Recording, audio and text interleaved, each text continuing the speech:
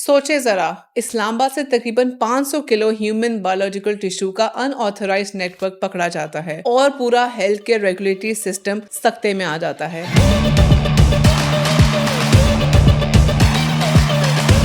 हमारे यहाँ डिलीवरी होते ही खुशियां मनाई जाती हैं, मिठाइयाँ बांटी जाती हैं, लेकिन बच्चे की पैदाइश के बाद निकलने वाले इस प्लेसेंटा को या तो हॉस्पिटल वेस्ट समझकर फेंक दिया जाता है या मिट्टी में दबा दिया जाता है। लेकिन दुनिया के बड़े एडवांस मेडिकल लैब्स और मल्टीनेशनल कंपनीज इसके पीछे हाथ धोकर क्यों पड़े हैं? आज मैं आपके सामने इस कुदरती शाहकार की एब्सोल्यूट मेडिकल रियलिटी और लीगल फ्रेमवर्क्स निहायत आसान अल्फाज में समझाऊंगी ताकि हमारी आवाम को पूरी क्लियर बात समझ आ जाए। अनाटमी के मुताबिक प्लेसेंटा प्रेगनेंसी के दौरान बच्चे की नशोनुमा का सबसे बड़ा बायोलॉजिकल लाइफ सपोर्ट सिस्टम होता है। हमल के दौरान ये बच्चे के लिए टेम्पररी लंग्स, किडनीज और लिवर का किरदार अदा करता है और बच्चे के जिस्म के मेटाबॉलिक वेस्ट को वापस फ्लश भी करता है। डिलीवरी के बाद जब इसकी जरूरत खत्म हो जाती है तो यही टिश्यू रीजेनरेटिव मेडिसिन के लिए प्राइमरी रॉ मटेरियल बन जाता है, क्योंकि इसके अंदर totipotent stem cells, high density collagen, hyaluronic acid और ग्रोथ फैक्टर्स का एक नेचुरल रिजर्वॉयर होता है। एडवांस बायोटेक्नोलॉजी में इस प्लेसेंटा से प्रोसेस्ड जिल्द या एमनियोटिक मेम्ब्रेन्स तैयार की जाती हैं जो सवेयर 3rd डिग्री बर्न्स के मरीजों और आंखों की पेचीदा सर्जरीज में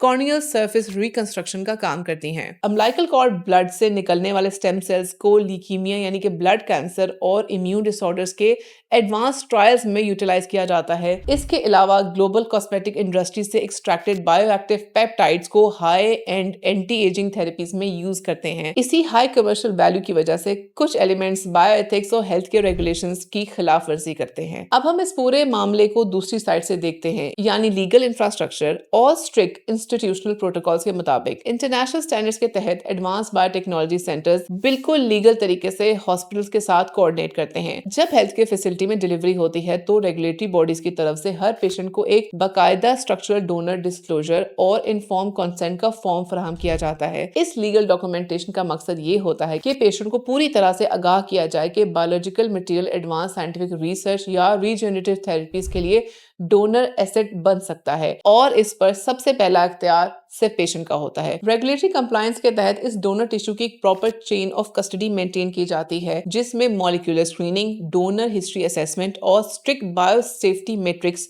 शामिल होते हैं ताकि बायोपायरेसी का खतरा ना रहे। ग्लोबल बायोटेक्नोलॉजी इंडस्ट्री में प्लेसेंटा और अम्बिलिकल कॉर्ड टिश्यू से हासिल होने वाले कंपाउंड्स को नहायत एहतियात से प्रोसेस किया जाता है। जब तक हेल्थ केयर सिस्टम में ये रेगुलेटरी ट्रांसपेरेंसी और सर्टिफाइड प्रोटोकॉल्स फॉलो होते रहते हैं, तब तक एडवांस मॉलिक्यूलर साइंस इंसानियत को नए इलाज फराहम करती रहती है। लेकिन जब अनऑथराइज्ड एलिमेंट्स इन एथिकल बाउंड्रीज और लीगल चेक पॉइंट्स को बाईपास करने की कोशिश करते हैं तो वो पूरे हेल्थ के फ्रेमवर्क पर एक संगीन सवाल खड़ा कर देते हैं। मेडिकल डेवलपमेंट इंसानियत के लिए एक बड़ी नेमत है, लेकिन इसका रास्ता हमेशा ट्रांसपेरेंट, सर्टिफाइड और एथिकली ट्रांसपेरेंट भी होना चाहिए ताकि पब्लिक हेल्थ और ह्यूमन डिग्निटी का तहफ्फुज हो सके। पाकिस्तान के हेल्थ केयर सिस्टम्स को मजीद ट्रांसपेरेंट बनाने के लिए इस किस्म की एथिकल और लीगल रेगुलेशंस पर बात करना वक्त की सबसे बड़ी जरूरत बन चुका है। क्या आपको लगता है कि हमारे माशरे में पेशेंट्स को उनकी बायोलॉजिकल डाटा और मेडिकल राइट्स के बारे में पूरी आगाही मौजूद है? अगली बार जब आपके खानदान में कोई डिलीवरी हो तो प्रॉपर हॉस्पिटल प्रोटोकॉल्स और बायो सेफ्टी डॉक्यूमेंटेशन के बारे में जरूर मालूमात हासिल करें।